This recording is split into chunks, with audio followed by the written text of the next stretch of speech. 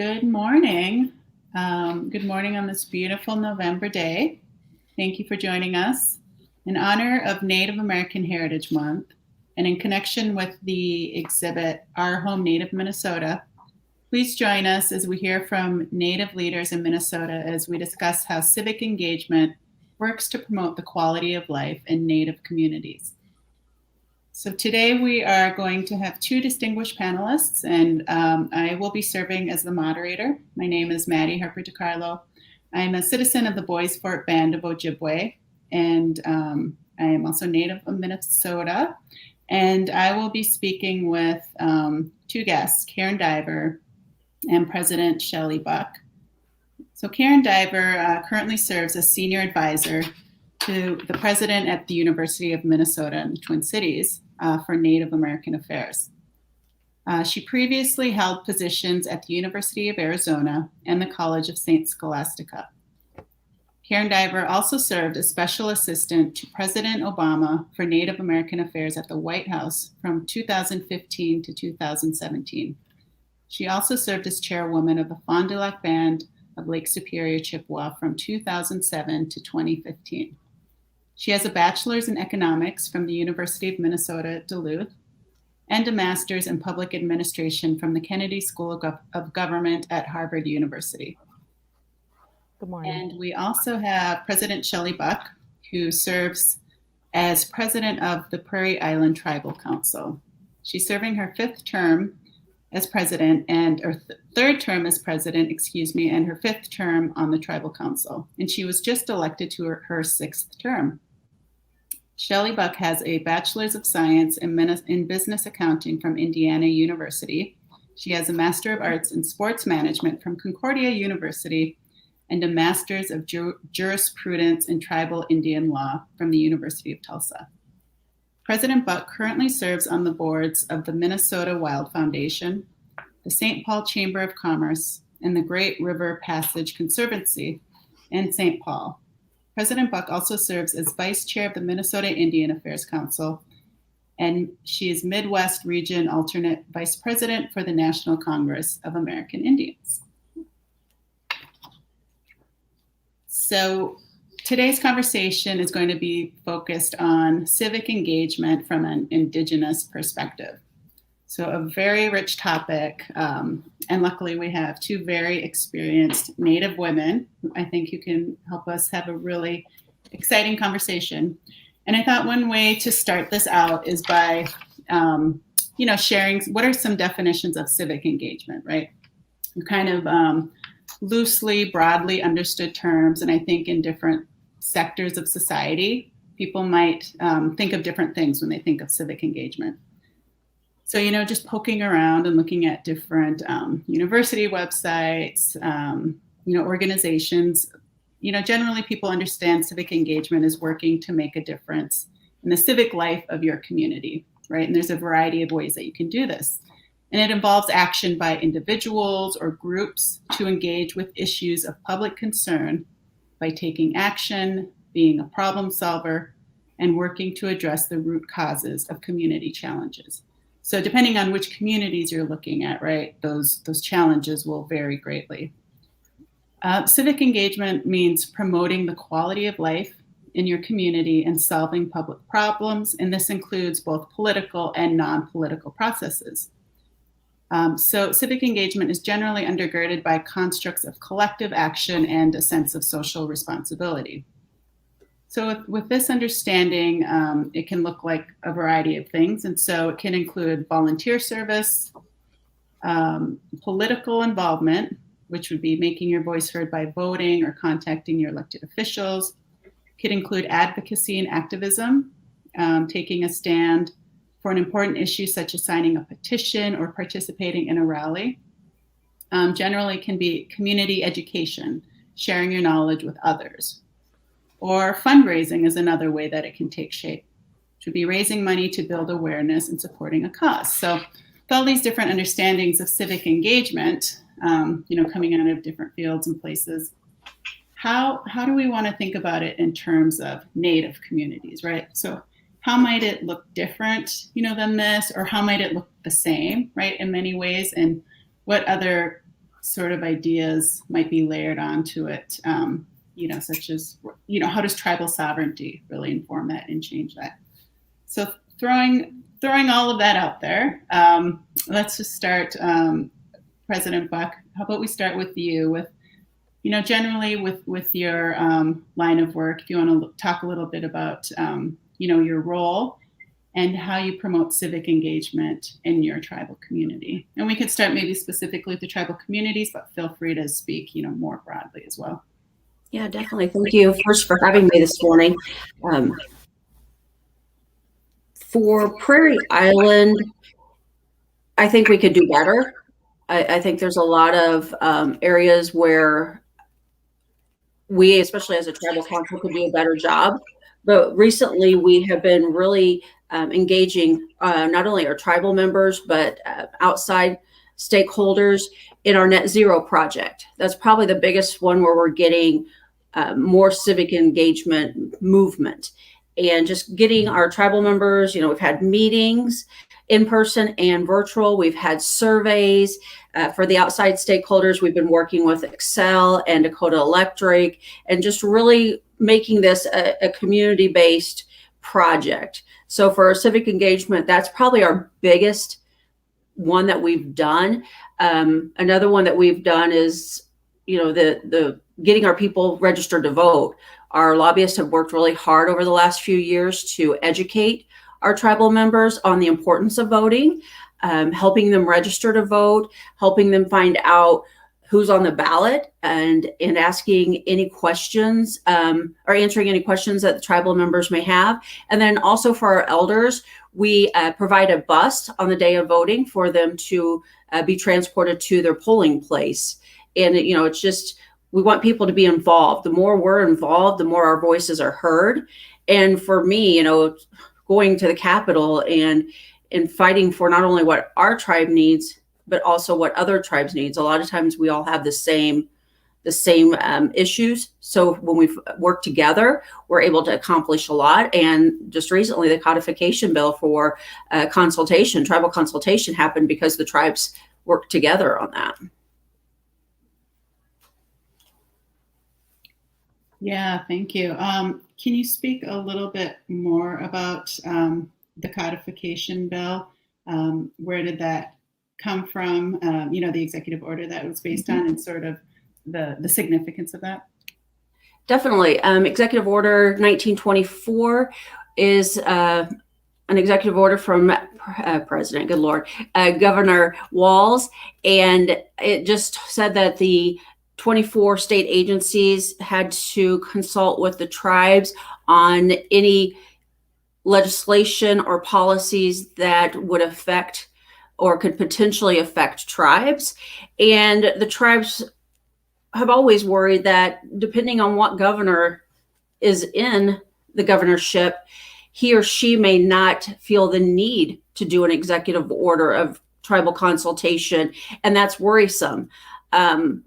A lot of our tribes are the largest employers of their area. So when things affect us, they not only just affect us, they affect the entire region that we're in.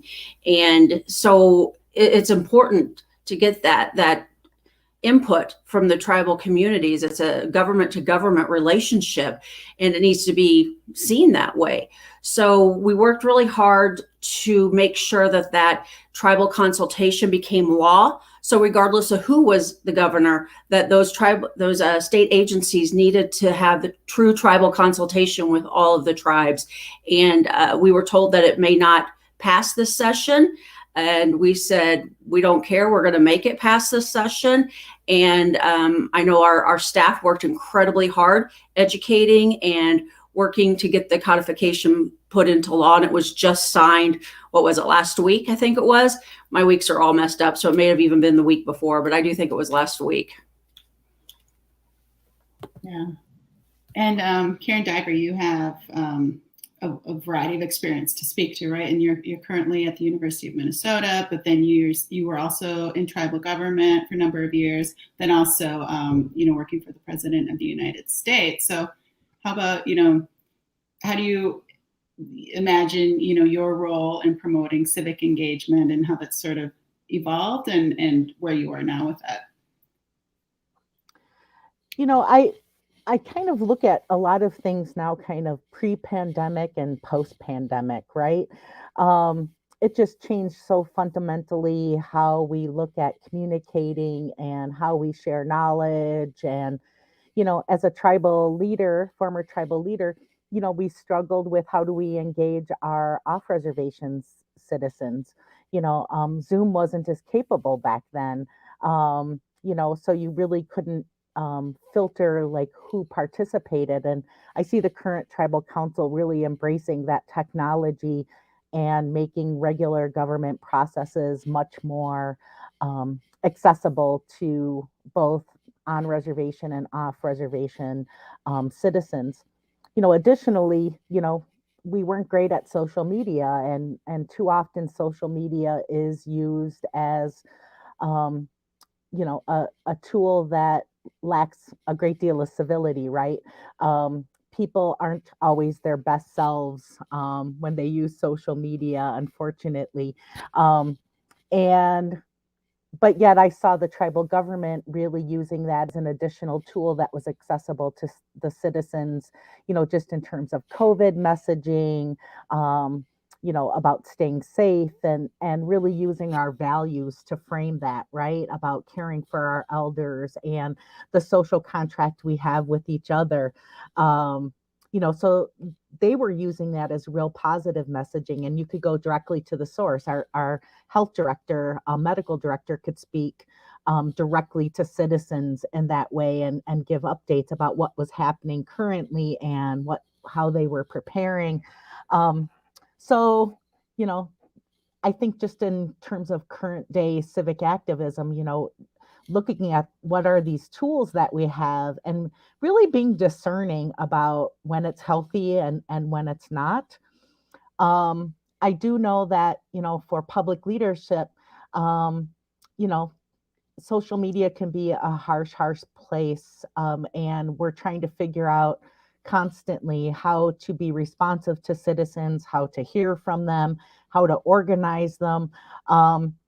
But you don't have the mechanism to hold them accountable to each other in a community, right? And to our customary values. So those are kind of some of my thoughts about just kind of engagement lately and how it's changed recently with the pandemic. Yeah, and you brought up on reservation and off reservation community members, right, and citizens, and I think for a lot of non-native people, might not be aware of how that works, or how the populations sort of live in various places, but undergirding all of that, the concept of tribal sovereignty and tribal nationhood, right? That being Native American isn't simply a racial identity or an ethnic identity, but that it is a legal and political identity, right? That's undergirded by this concept of the tribal nation. And so, how much time or effort do you spend on educating both your community members, right, and citizens, and then people externally, getting them to really understand sovereignty? And how much is that involved in your work with civic engagement generally? And we can go to you, President Black. Well, for the outside community, I always say 90% of my job is education.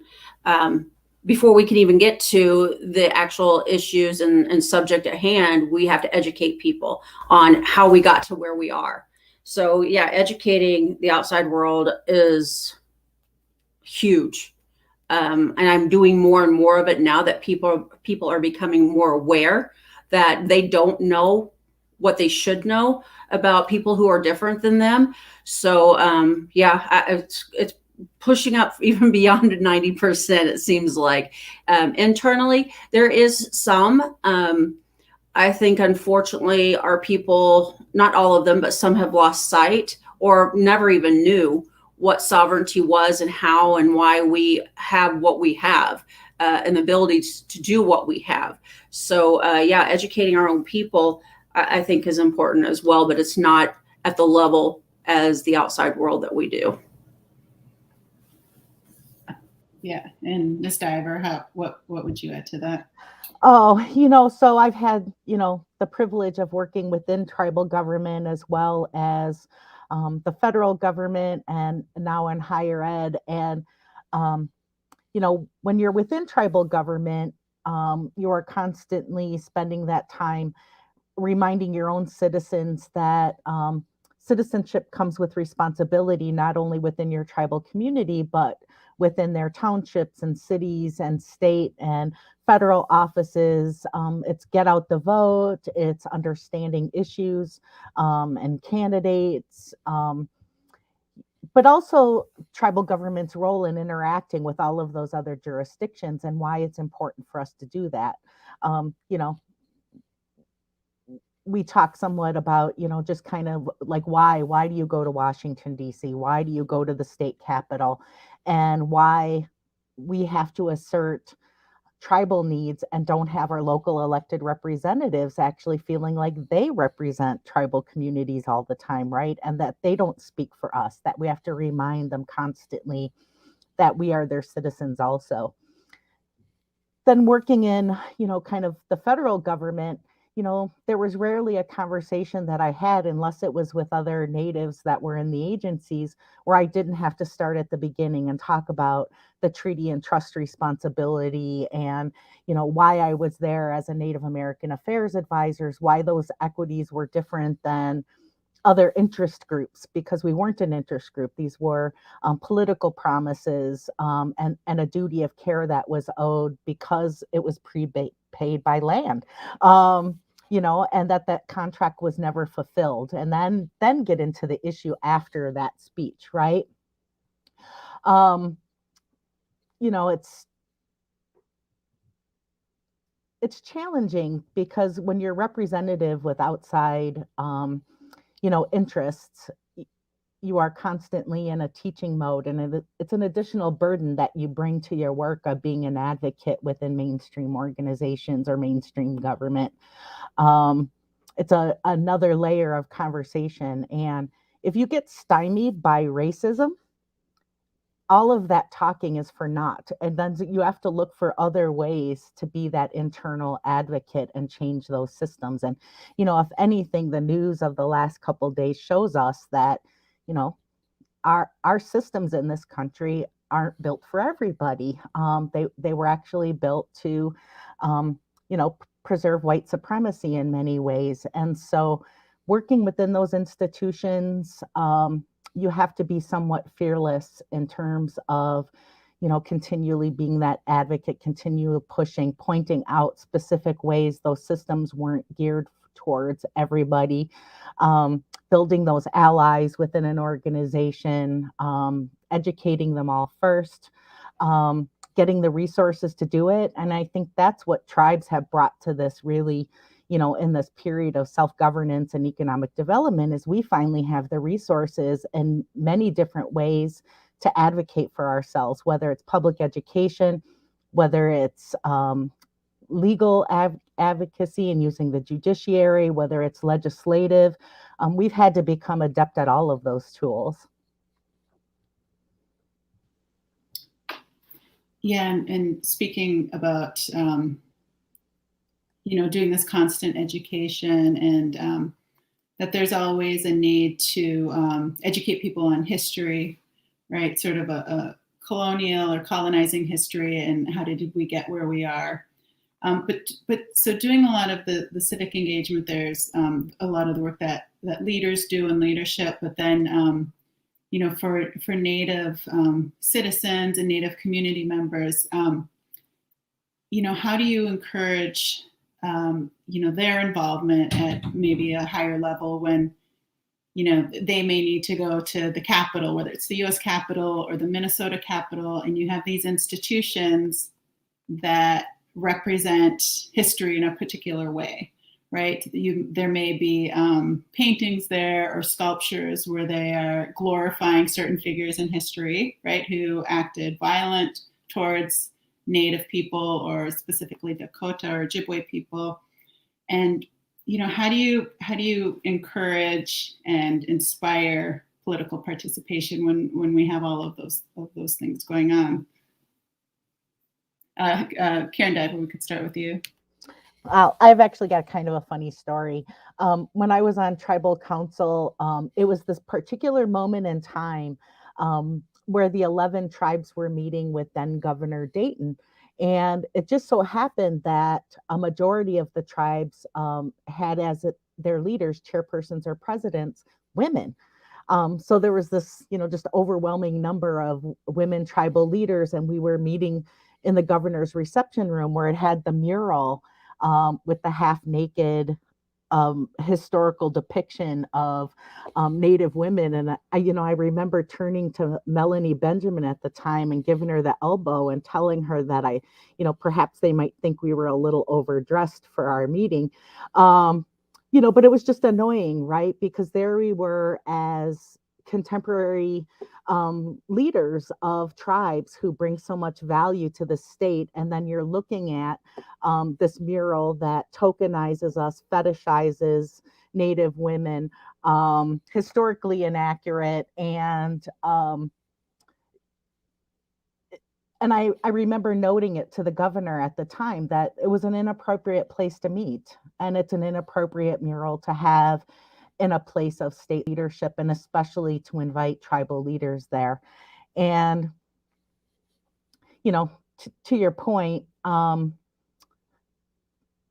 those interactions on a regular basis are just kind of the contemporary Indian narrative continues to have to be pushed and highlighted. And there's some great groups out there, Illuminative and others, who are really kind of pushing that notion to the forefront of contemporary Indigenous identities.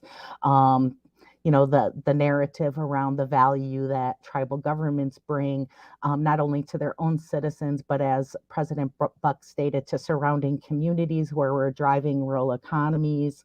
And it just needs to be said over and over and over. That and that we're not monolithic, right? That there's differences amongst us, we don't all feel the same way about the same things, that individual tribal sovereignty matters. You can act as a collective where you agree, but you also can respect each other's sovereignty to not hold the same position. And so just trying to educate the public on there is no Native American monolithic identity, that contemporarily we represent 574 nations. Yeah, thank you.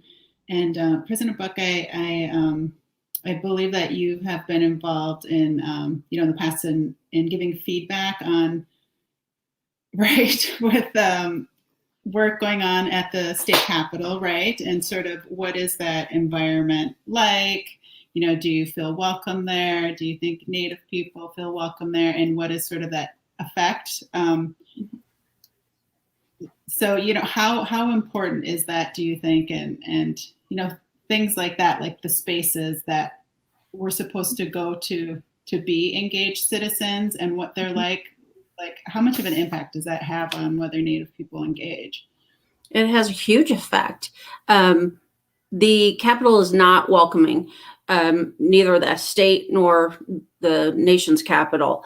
And when you walk in there and you've got an issue that you want to address, it's hard to really concentrate. Well, first, it's hard to get people there. A lot of people don't want to go to those places because it's so uncomfortable and they don't feel like it's a place for them. And then once you get them there, it's very distracting. And you get all sorts of emotions, and it's just really hard to get to the core issues that you're there for. It puts you're kind of standoffish to begin with. So it's difficult.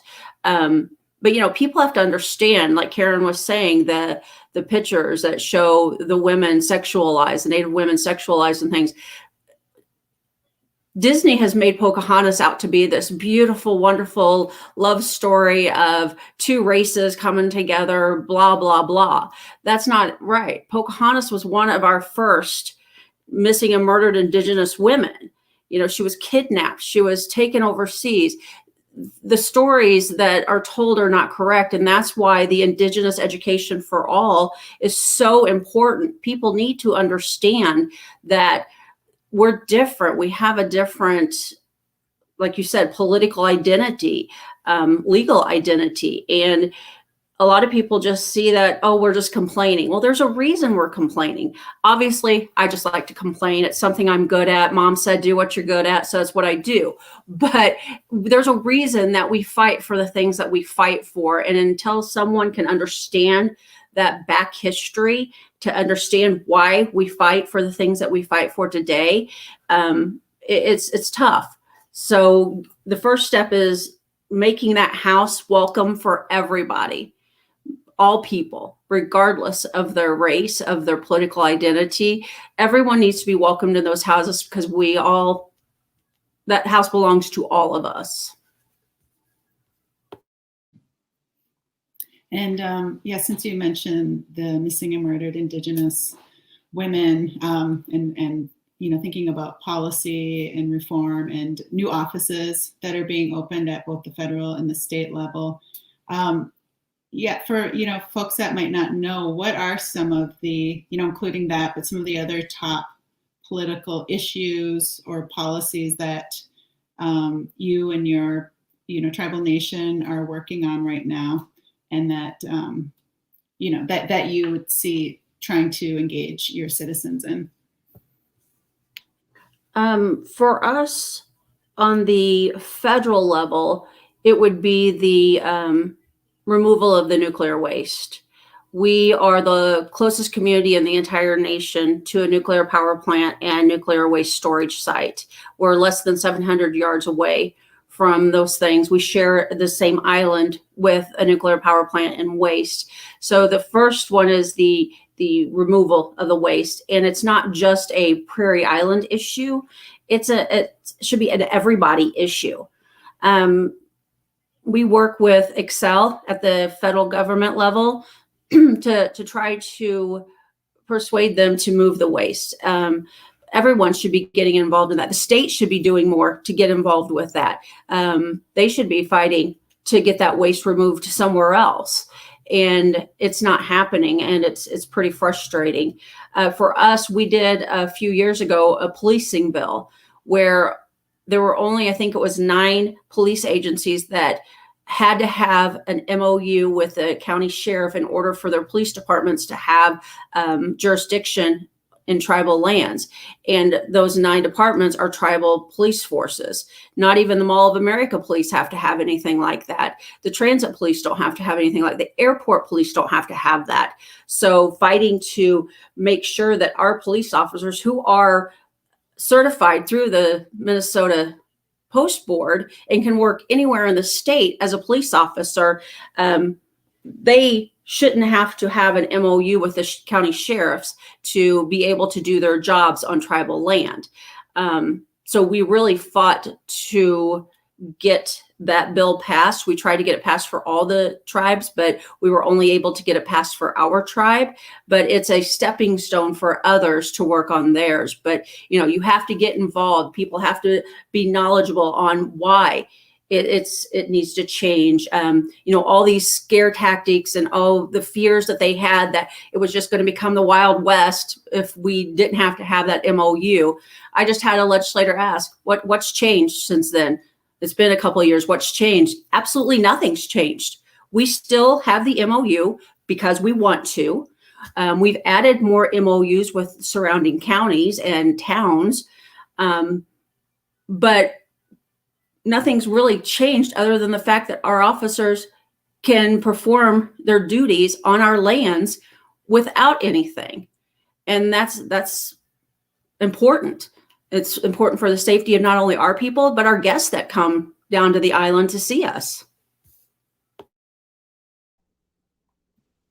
Thanks. Yeah. And Karen Diver, what are some of the policies that you're working on, or in your current role, with the University of Minnesota? Are you working, more directly with, student engagement, or what sorts of policy are you hoping to implement at some sort of broader levels? So I work in a team with Tad Johnson. Tad and I, it's an office of two, so sometimes the lines are a little blurry, but we both engage to some extent with the 11 tribes, getting feedback, regarding what are their priorities. We need to have better discussions around what the workforce development needs are for tribes as they look at growing their economies and growing their service delivery. I know we've heard loud and clear, loud and clear in particular around the healthcare field, nurses, physicians, public health nurses, as we all are battling behavioral health issues and chemical dependency issues. We've lost a lot of people in Indian country to overdoses in the last couple of years. The pandemic exacerbated, I think, something that was already plaguing us and kind of took it to another level. Our communities have a lot of grief right now. So just kind of those health and wellness careers and the needs of tribes long-term around diversifying their economies, not what do they need now, but what do they anticipate needing in the future. And then a lot of the rest of the work is kind of impacting the pedagogy. So, how do we make sure that Native Americans are represented in the various curricular offerings? So, we do a good job in some spots, like the Center for American Indian and Minority Health at UMD, but those classes that look at the health needs of American Indians aren't replicated at the med school in the Twin Cities. So, how can we make sure that Natives are represented in all of the classes? So my throwdown challenge to all of them was Native learners should see themselves in their classes, every single class, at least once per semester. Whether it's a case study or a reading, don't ever leave us off of statistics. I think someone in the comments said we're something else. That's just sloppy work. If you're going to do anything demographically, you take it one step further and make sure those statistics include, the labor statistics that just came out 2 weeks ago didn't have any Native American numbers, and policy follows data. And so if we're lazy with the data, we can't advocate for the good policy. So things like that. And then also talking to Native learners, where are they? Affordability being one thing, and access. And of course, we've made a little bit of progress on that, some still work to do on that. But it's a good first step. And then what are other barriers? What are the support services they need? Do they need navigators? How do we make sure they know who their advocates are to help them problem solve once they're there? So it's the circular loop, right, of talking to tribal leaders, tribal communities, seeing what they need, and then adjusting our institution accordingly to help meet those needs. I repetitively say this, and I will repeat it until I'm blue in the face. We are a public institution. Until we are reflective of all of the public of Minnesota, our job is not done. Well, and like you said, representation matters. It really does. And on all levels, in every walk of life, representation matters. And we don't have that. We're starting to get it. But until we have it, it's, we need to see ourselves everywhere and be able to know that we can help. And when we help, we're not just helping ourselves. That's not who we are as Native people. As a Dakota person, we're about the community. That's supposed to be our first focus, is the community. So, if it's good for us, it's going to be good for others as well. Because if you're looking at we'll use that term, totem pole. If you're looking at totem pole, we're on the bottom of it. So if it's going to help us, it's going to have that trickling effect up and helping others. I like that you say that, President Buck, because I often, when I'm speaking to Native learners, too often I think we pigeonhole them and say that, that they're most likely to go into the liberal arts or things like that. But, I keep telling Native folks, we don't have a lot of Native accountants and bankers, and right, but we're few and far between, right? We talk about, access to capital for tribes. That conversation might go a little easier if we had some leaders within the large institutions, right, that can talk about tribal sovereignty and why you don't ask tribes to waive sovereign immunity, and about the capabilities of tribal courts as a court of competent jurisdiction around interjurisdictional matters and business matters, right? So you're right, we need Native people represented everywhere. And so people should follow their dreams and their interests, because there's a place for them to still be authentically Indigenous no matter where they go. Exactly. We proved it with COVID. Our response to COVID was before any state response to COVID. We had already started the steps that we needed to take to protect not only our people, but our larger community and our employees and our guests. So we even, we even opened up our vaccination and our testing to the outside community. We became this hub where people could come because we have our own clinic. We did a food drive for not only our tribal members, but also our employees. We proved what it was like to truly care about others during COVID, and we did it right. And I think there's something to be said to that. When you talk about your employees, President, but can you give roughly it's like the percentage that's Native and non-Native, right? I mean, you employ a lot of people. Our Native population of employees is very small. It might be 1% to 2%. I don't think it's larger than 2%. But we are the largest employer of our county and our region, and the second largest hotel property in the state of Minnesota. So, we had to furlough 90% of our employees during COVID, which was roughly 1,500 employees, and that took a toll. That really took a toll on me personally. I've never had such a tough decision to make in my entire life than shut down the casino and furlough our employees. But we still wanted to take care of them. We still offered them their benefits. That's why we furloughed instead of laid off, so we could offer them the benefits. But yeah, the employees, we wouldn't be where we are today. We wouldn't have and be the great casino that we are and the great everything that we have without them. They're the first line that guests see. So, our employees make the guests happy, which in turn works for us. So, getting Native people into, diverse positions, different institutions, we're talking about, even different financial institutions, philanthropy, other sectors that, that requires access to education, right? So what about, can you tell us a little bit, Karen Diver, about the tuition waiver, right? That, how does that apply, and what is that doing? What's the historical significance of that? So as I kind of opened up with, it's a good first step. It's a pandemic year budget. We're using existing resources.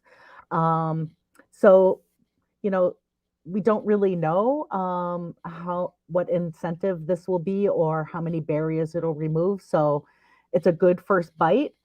It's next year open to freshmen of all 11 tribes or transfer students from tribal college. They do not have to be residents of Minnesota. We successfully argued that they are citizens of their nations and your political boundaries aren't ours. So if you have learners that are coming in as freshmen, if they're from somewhere else, they can come home and attend the University of Minnesota. And it offers a tuition waiver in full up to $75,000 in family income, 90% from 75 to 100, 80% from 100 to 125. Obviously, this is about barrier removal, especially the financial part.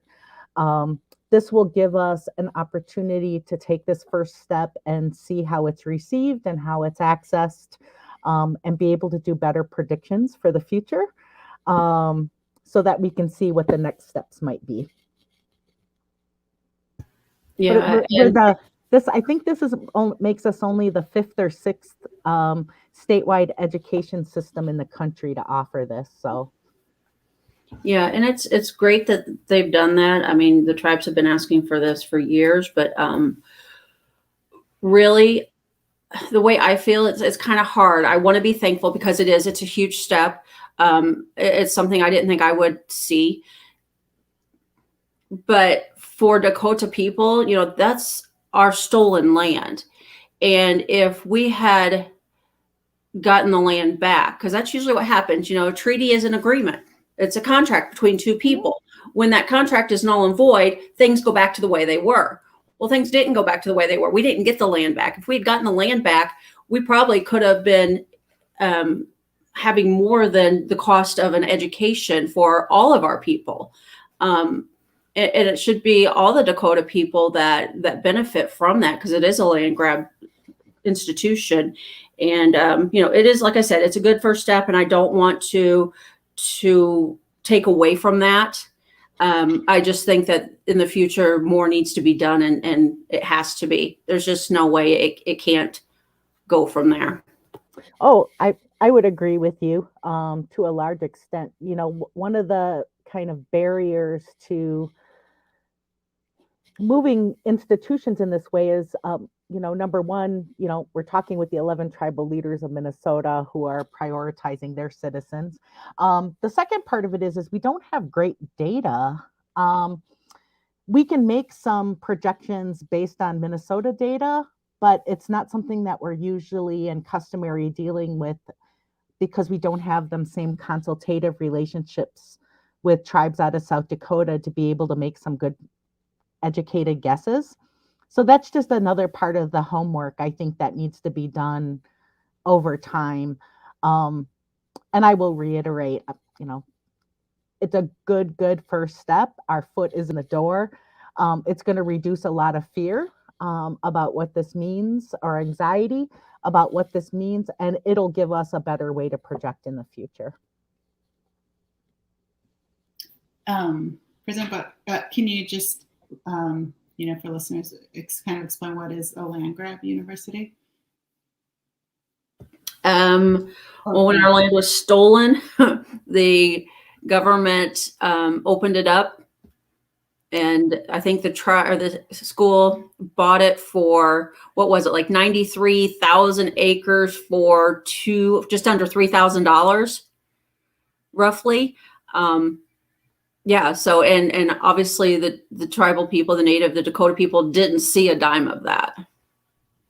Oh, and additionally, they were all enabled by Congress, right? And the federal government at the time, that when the Dakota were removed, they were forbidden from coming back, and then the land's gobbled up by settlers, as well as Congress and institutions. So, my own tribe has the Cloquet Forestry Center. Congress did the same thing, they worked with the timber barons of the time, and now that's University of Minnesota forest land. So, Tad Johnson is doing some great work around enabling and providing a forum for tribes to tell their own stories and histories regarding how the University of Minnesota has impacted them over time, both positive and negative, but it's going to be a tribally driven story and tribally developed story. And I think from that, it's going to give folks like myself and our allies within the institution the ability to kind of push it to say, here's what a just institution looks like. And here's where these conversations need to go. So yeah, it's like a lot of the work towards, you say, creating just institutions or just relationships in society.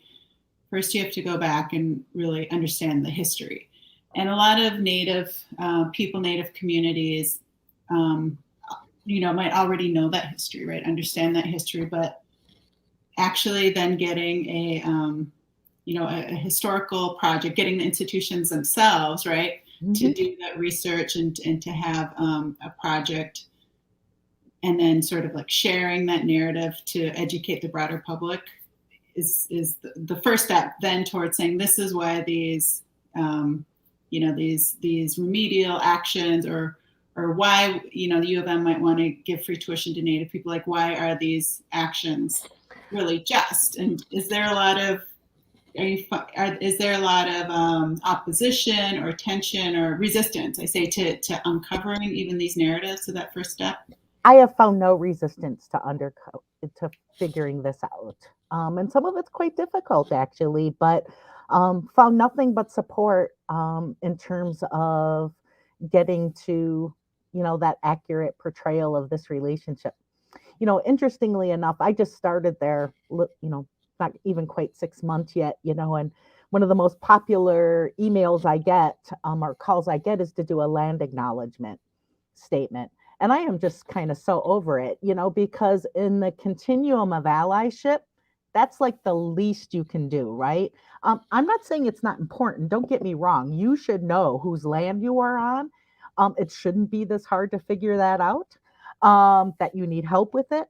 But what I'm telling people is, I'm happy to help you with your land acknowledgement, but I'm also going to require you to have your action plan with that. Because once you acknowledge it, you have a duty to do something about that. So if I'm going to help you, the next email and the next meeting is going to be about what are you going to do within your piece of this institution to make it, to remove those barriers, to improve your pedagogy, to be of better service to Native communities. So, the gauntlet is down, that my help comes with a price, and that is a change in behavior. Yeah, you put that so succinctly. Once it's acknowledged, right, then you have a duty to do something about it. So that's a really great way to put it. And I think that's happening with so much work right around the country and the nation. It's actually really kind of exciting, right? And I think once you point it out, people of good conscience get it. But I will acknowledge that moving big institutions sometimes feels kind of slow. So you need to be somewhat patient, methodical, and, just pesty sometimes, just really super pesty. Patience I don't have. I can definitely be pesty.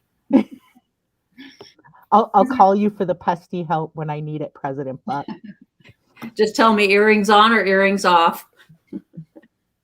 Do you get many calls, President Buck, or your office, I guess, inquiries about land acknowledgements, and how's that whole thing sort of going? Yeah, we're getting them more and more. I feel the same with Karen. It's great that they're actually starting to acknowledge certain things and understanding a little bit, but there's more to it. And I always tell them the same thing. This is just the first step. You have to do more. There has to be something action-wise that you do to make things better within your organization and your community and even your state. So yeah, it's great. It's a lot of work for someone to write the land acknowledgement. I'm on the fence of whether I should do it or I should make them do it, but I want it to be accurate.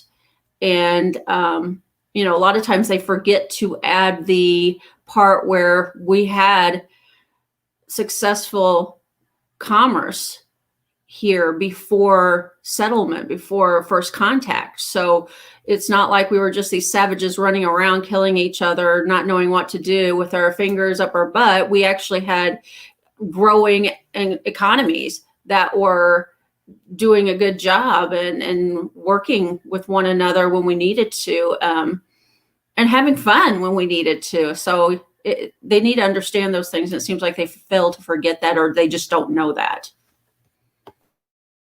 In addition to that, it can't just be historical. It has to be contemporary as well, right? And acknowledge how we are today, and our sovereignty. Mm-hmm.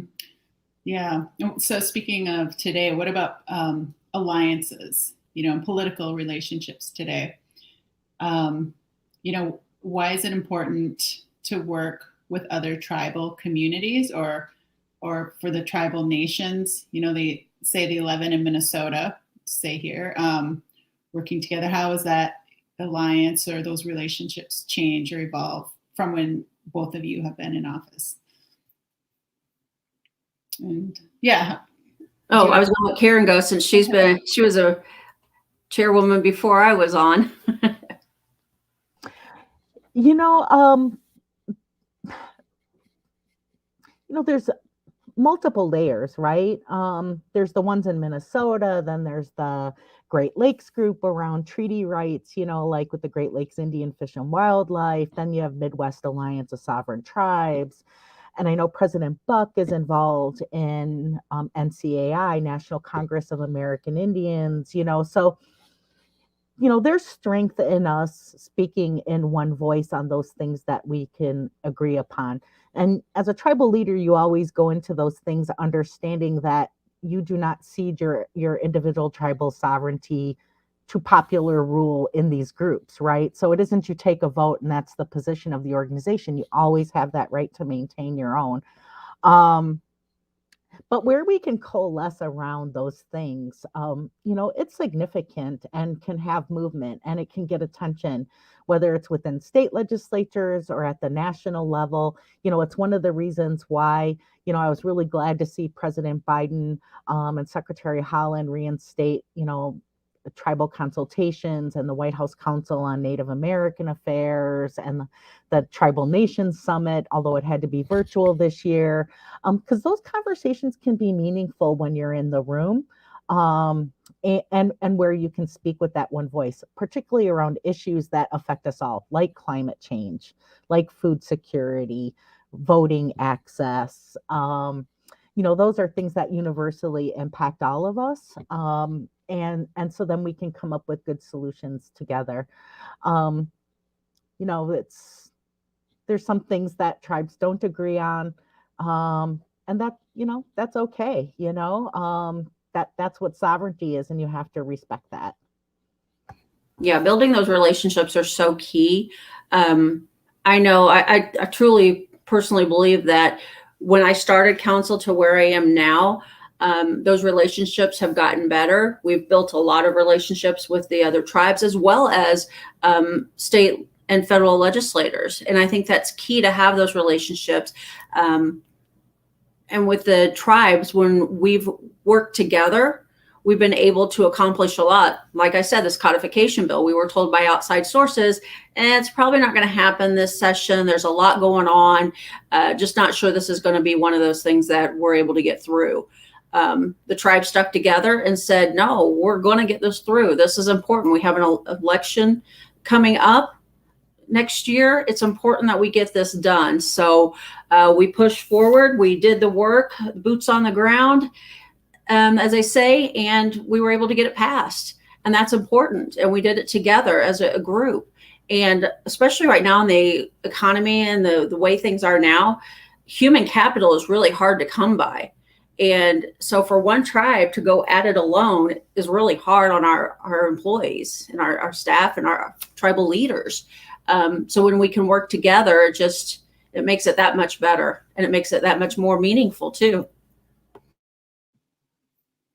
For your political work, a lot of times when people think about Native tribes and nations, people think about just the tribal federal relationship, but you're talking a lot about work, at the state level, and that being really important too. Is that a very partisan relationship? Are you working just with Democrats or how does that work? No, we work all over. There are people in both parties that work for us and fight for us, and there are people that are opposed to us, against us, and I dare I say some are even racist about us. So it's we don't go to one party or another. I know a lot of people think that Native people are mostly Democrat. I know we've been labeled Republican tribe for a few years in the past. We go with whoever's going to help us with the issues that we need to get passed. And, because we don't all, my tribal leadership, my tribal membership doesn't all live on the reservation. We don't have the land base for it. They live in other parts of the state. So, the things that happen there affect them as well, not just people on the reservation, but people outside. So we're dealing with a larger group of individuals, and having those relationships, it just makes it better for all of us. Yeah, when we spoke before, Karen, you had given a pretty good example, say like looking at the gaming issue, and if you have both, red or blue partners, that there's a way that they can be allies, right? But there's sort of a different lens on that, right? Well, because both of the parties have kind of distinct values, right? And priorities that they bring to their platforms. And, you know, if you are, when you look at tribal gaming, for example, I'm going to talk to a Democrat and I'm going to talk about this is a social justice issue and how we were left out of the economy and how this allows us to have agency within our communities to self-fund those things that are a priority, K-12 schools, Head Starts, our police department, all of those things that the federal government has failed to fund adequately, that this gives us that self-determination. But if I'm talking to somebody who is from more of a conservative background, one of the platforms of the Republican Party is that decision making happens best when it is closest to those it affects. And self-governing and self-rule. So I'm going to talk about, the ability for tribes to take care of their own, carry their own water, not be a burden to different systems because we are able to promote our own self-sufficiency and prioritize our own needs. And that's what gaming allows tribes to do. So it's the same advocacy. It's just you're kind of framing it in a different way to meet the kind of the perspectives that they bring from their parties. Well, and a lot of people don't know we're self-insured, not only for our tribal members, but we also self-insured for our employees. We look out for our own. And when I say our own, it doesn't always mean our own tribal members. It also means our own employees because they're part of the family.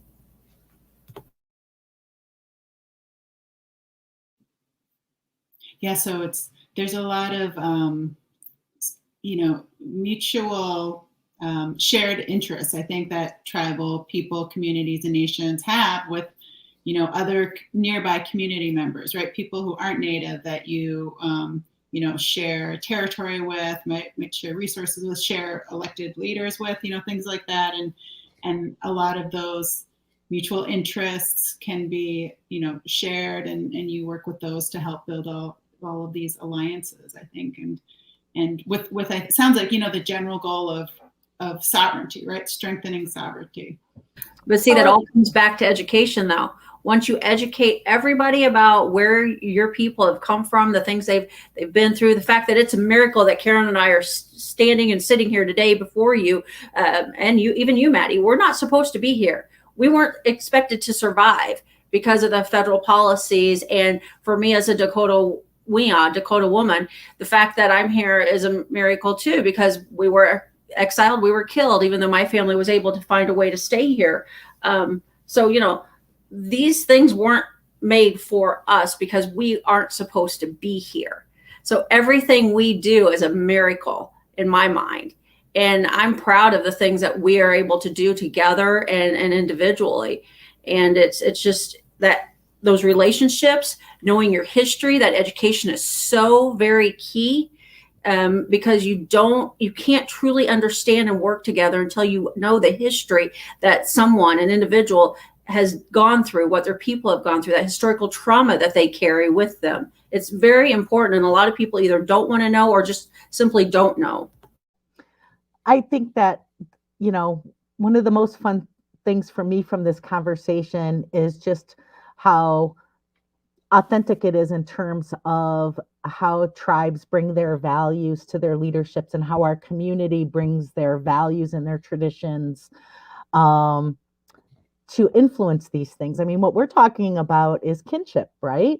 And how we identify who belongs with us. So my husband, not native, but when COVID hit, he protected me by getting the shot, and he protected my parents. And so he was included in what my tribe did. The same with employees. We are mixing together. This is a part of our duty as a collective community. And that is so different than how other enterprises, whether they're government or business, would look at it. But it's one of the ways with tribal sovereignty that we just do it a teeny bit different, and how we enable our citizens to kind of have that social contract with each other. Yeah, we didn't even talk about that. I mean, you raised such a good point, right? We talked a lot about the political aspects of like a tribal nation, right? But of course, there's the cultural sort of fabric bringing the nation together with, language, practices, history, all of that binds everyone. And when you're just speaking about U.S. society, that's something that is trying to be deliberately cultivated through patriotism, right? Through stories of the nation's history and things like that. And in so many ways it might conflict with our native stories, but yeah, that cultural aspect that brings people together and helps people stay involved.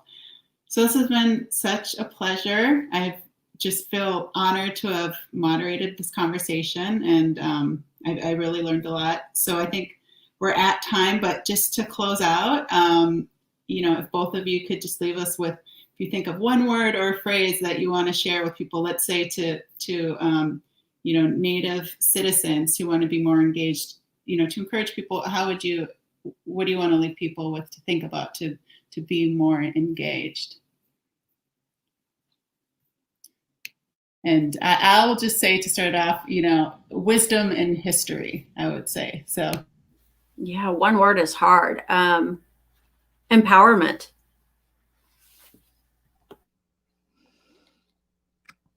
I'm going to say that engagement matters at all levels. Mm-hmm. Great. Thank you. Well, thanks everyone for joining us. And I think it's going to log out. So that's it. So, miigwech.